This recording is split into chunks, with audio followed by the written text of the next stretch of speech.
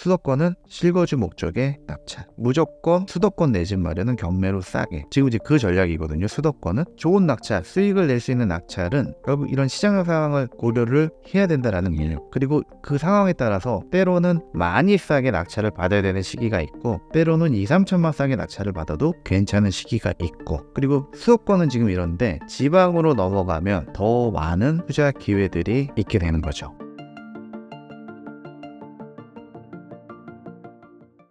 작가님, 낙찰 확률을 높이는 입찰가 산정 노하우와 상승장 하락장에서의 경매 투자 전략을 사례 중심으로 말씀 부탁드립니다. 이제 시장 흐름에 따라서 어떤 식으로 이제 전략을 구사를 해야 되는지, 이제 그런 것들을 17년도부터 지금까지 매년 한 건씩의 어떤 물건들로 쭉 제가 한번 말씀을 좀 드려볼게요. 2017년도죠. 보시면은 자, 서울 이때예요. 17년도가 이 빨간색 선 있죠? 이때가 이제 낙찰 받은 시점이에요. 그리고 이 녹색 선이 뭐냐면은 이 시점의 시세가 이 4억 중반 정도였거든요.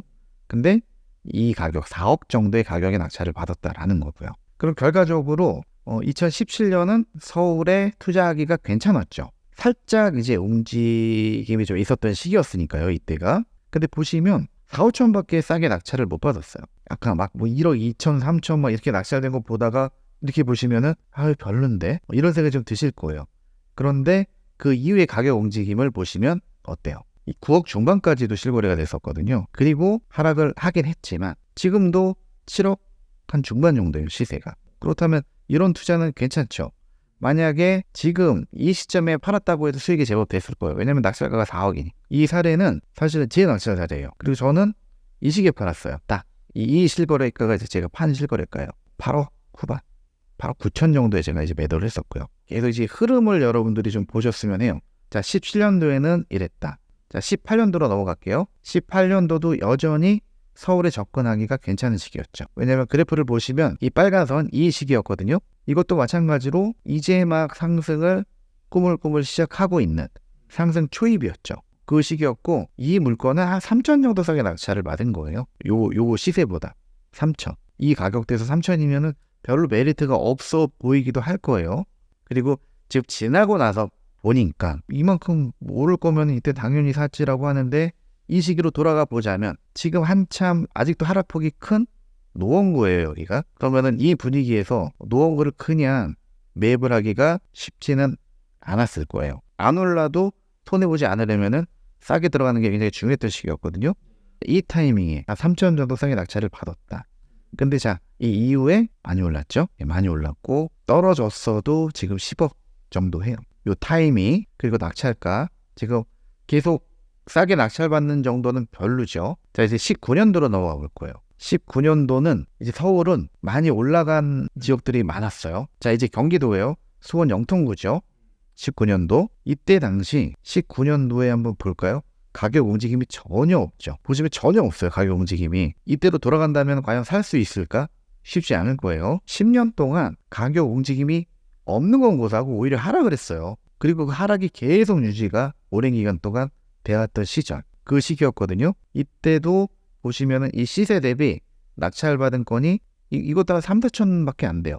그 정도인데 보시면 이후에 가격이 또 이렇게 많이 움직였죠. 자, 이제 19년도에서 이제 20년도로 넘어가 볼 거예요. 수도권이 19년 후반부터 상승을 했거든요. 20년도 한참 경기도가 막 움직이는 초입되죠. 이것도 낙찰받은 시기가 움직임 상승 초입되었어요. 그리고 이것도 시세가 이 금액이었는데 이거는 한 4, 5천 정도 싸게 낙찰을 받았어요. 그리고 나서 이후에 급등을 하게 됐죠. 이게 이제 2000년도까지예요. 그리고 지금 요 실거래가에 이제 매도를 하셨고요. 그럼 뭐 나쁘지 않죠. 이 정도면은 1억 5천에서 2억 5천 정도 사이의 수익에서 발생됐던 이제 그런 물건이니까요.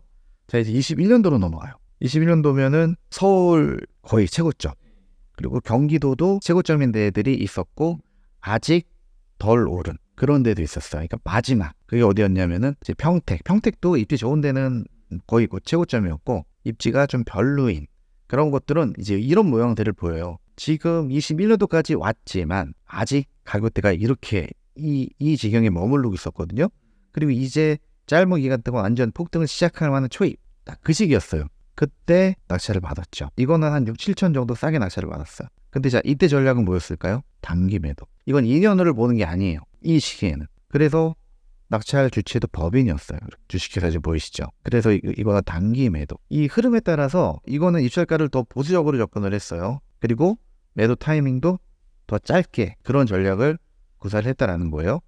자, 21년도까지 이랬어요. 자, 이제 22년도예요. 22년도면은 더 이상 꼭지가 아닌 수도권은 없죠. 22년은 없어요. 그러니까 이제 어디로 가야 돼요? 지방. 수도권은 22년에는 절대로 안 되는 시기였어요. 지방으로 이제 가게 되죠. 22년도. 지방은 이제 더 오르냐? 아니에요. 전국적으로 다 떨어졌거든요. 그러면 덜 떨어질 만한 데로 가야죠. 그 중에 하나가 전북이었고요. 근데 떨어질 거야. 그러면 입찰가 산정을 어떻게 해야 될까요? 되게 싸게 막 낙찰을 받았죠. 고점을 찍고서 이제 하락을 하는 시기였어요. 근데 하락을 하는 시기는 원래 가면 안 되죠. 가면 안 되는데 경매는 가도 돼요. 더 많이 싸게 낙찰을 받으면 되니까. 전북은 사실은 흐름이 약간의 상승이 조금 더 남아있지만 흐름 때문에 좀 꺾이는 시장이라고 좀 판단을 했었거든요. 그래서 하락을 하긴 했지만 그 하락폭이 크지 않을 것 같다라는 거였고 다행히 이제 그 전망이 맞아서 지금 이때 당시는 시세보다 1억 정도 싸게 낙찰을 받은 거였거든요. 그러면 5천만 원이 하락을 해도 괜찮죠. 그래도 수익이 나죠. 자, 결과적으로 많이 싸게 입찰을 해서 낙찰을 받았어. 1억 넘게 싸게. 그리고 하락은 했지만 결국 지금 다시 반등을 하고 있죠. 그래서 2억 후반대 낙찰을 받았지만 일단 현재 시세는 4억 정도 되는. 그리고 시간이 지나면은 사고를 유지할 수도 있고 떨어지진 않을 것 같고요. 조금의 상승이 더 있을 수도 있고. 그러니까 시기마다 지역마다 이렇게 전략을 달리하고 입찰가도 달리해야 된다라는 거거든요. 그럼 23년도 작년에는 그러면은 뭘 해야 되느냐? 저는 이제 작년부터 수도권은 실거주 목적의 낙찰 한동안 유지가 될 것 같은데 무조건 수도권 내 집 마련은 경매로 싸게. 지금 이제 그 전략이거든요. 수도권은. 이것도 낙찰받은 시점 23년도 이만큼 싸게 낙찰을 받았죠. 이때 당시가 이제 8억 정도 됐었고 실거래가가 6억 후반이니까 이것도 1억 넘게 싸게 낙찰을 받았죠. 그리고 요 가격대가 이제 계속 저는 유지가 될 거라고 좀 판단을 했고 시간이 지나서도 요 정도 유지가 되고 있죠. 여기서 한 요 정도 요 박스권을 저는 유지할 가능성이 높다라고 지금 전망을 하고 있고 그런데 1억 넘게 싸게 낙찰을 받았다면은 실거주 목적으로 굉장히 괜찮은 거죠.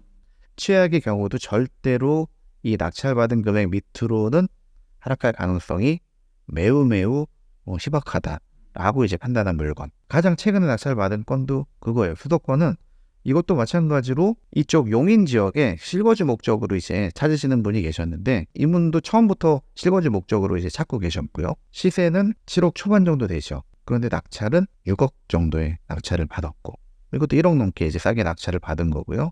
이것도 마찬가지로 이 박스권 안에서 움직일 가능성이 크다. 요즘 또 분위기가 좋으니까 어느 정도 상승을 할 수는 있겠네요. 올라갔다 내려갔다 뭐 반복이 될 수 있겠죠.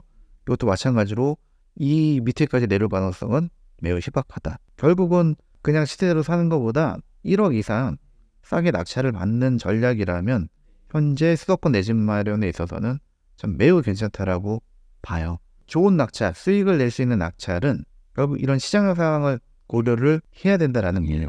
그리고 그 상황에 따라서 때로는 많이 싸게 낙찰을 받아야 되는 시기가 있고 때로는 2, 3천만 싸게 낙찰을 받아도 괜찮은 시기가 있고 그리고 수도권은 지금 이런데 지방으로 넘어가면 더 많은 투자 기회들이 있게 되는 거죠. 이번에 쓰신 가장 쉬운 독학 부동산 경매 첫걸음은 어떤 분들이 읽으면 좋을까요? 처음으로 경매를 접하신다. 경매 아무것도 모른다. 라는 분 또한 처음 도입부터 굉장히 대화 형식으로 쉽게 정말로 그냥 뭔가를 공부한다는 느낌보다 그냥 어떤 소설책을 읽는다? 약간 이런 느낌으로 좀 집중하다 보면은 자연스레 공부가 되는 그런 분들한테는 매우 유용한 책이 될 수 있고요. 그리고 사실은 경매 공부를 좀 하신 분들도 이게 정리가 잘 안 되실 거예요. 분명히 내가 이건 아는 것 같은데 막상 또 물건 보면 원리 분석이 또 안 되기도 하고 특히나 뭐 임차인 파트라든지 이렇게 넘어가면 또 이게 좀 혼란스러운 분들도 계실 거예요. 그런 분들한테도 적합한 책이기도 하고요. 그리고 또 특수 물건에 관련된 거기에 대한 해법이 아니라 그 개념에 대한 정리도 잘 돼 있어요. 경매 아예 초보분부터 시작해서 어느 정도 그래도 이제 경매 공부를 계속 좀 하셨던 분들도 하셨다가 좀 놓으신 분들도 유용하게 좀 활용이 가능한 그런 책이라고 말씀드릴 수 있을 것 같아요.